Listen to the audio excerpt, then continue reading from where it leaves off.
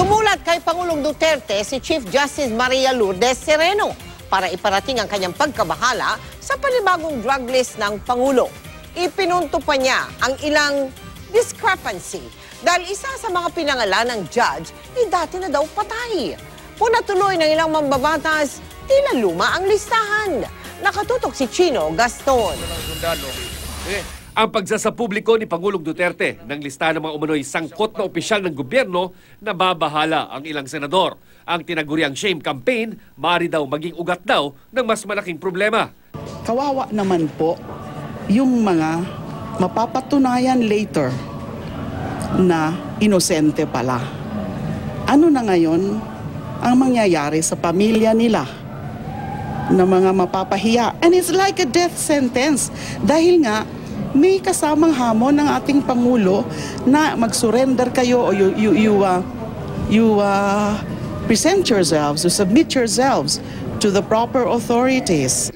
Pero ang kalyado ng Pangulo na si Senator Alan Peter Cayetano, dinepensahan ang shame campaign. Pinanood ko yung kanyang speech at statement. Sabi niya, he may be wrong, and ang nung bang hiningi niya sa kanila, hindi niya naman sinabing magpa-voluntarily magpakulong kayo. Wala naman siyang hiningi na unconstitutional evidence against yourself, no? Kabilang sa listahan ni Digong ang 7 huwes. Kaya sinulatan ni Chief Justice Maria Lourdes Sereno ang Pangulo. Sabi niya dahil sa pagsasapubliko ng kanilang mga pangalan, maaring maapektuhan ang kredibilidad ng mga nabanggit na huwes. Maaring maging target din daw sila ng mga vigilante. Mainam daw malaman kung saan nagmula at ano ang batayan ng pagkakadawit ng 7 huwes na nasa listahan.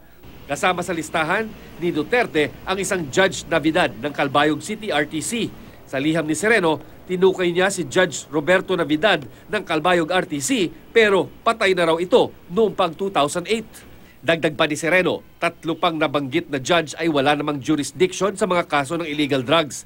Isa lang daw sa listahan ang humahawak ng kaso sa illegal drugs. Sa listahan din, kasamang isang Mayor Jesus Celeste ng Pangasinan. Pero matagal ng kongresista si Celeste ng Pangasinan.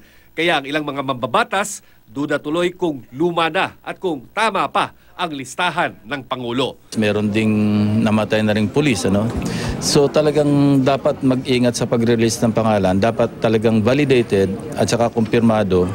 Maging si PNP Chief Ronald De La Rosa, sinabi na mismong ang Pangulo ang umaming maaring hindi perpekto ang listahan. Mayor, this may not be perfect. Hindi man ito perfect, pero at least we have done something. Bahala na, whatever, kung hanggang anong karapatan nitong kampanya na ito. Pero ang problema, sabi ng ilang abogado, sira na ang reputasyon ng mga pinangalanan bago pa mahatulan ng korte. The parading of criminals, naming and shaming, the tough talks are no substitute for the correct and due process that the law provides. Pinuna din ng NUPL ang tila double standard na kung mahirap na sospek, natatagpuan na lang napatay, di gaya ng mga nasa posisyon at may kayang sospek gaya ni Albuera Leyte Mayor Rolando Espinosa na matapos sumuko ay pinatira pa sa bahay ng PNP Chief sa Campo Crame. Chino Gaston, Nakatutok, 24 Oras.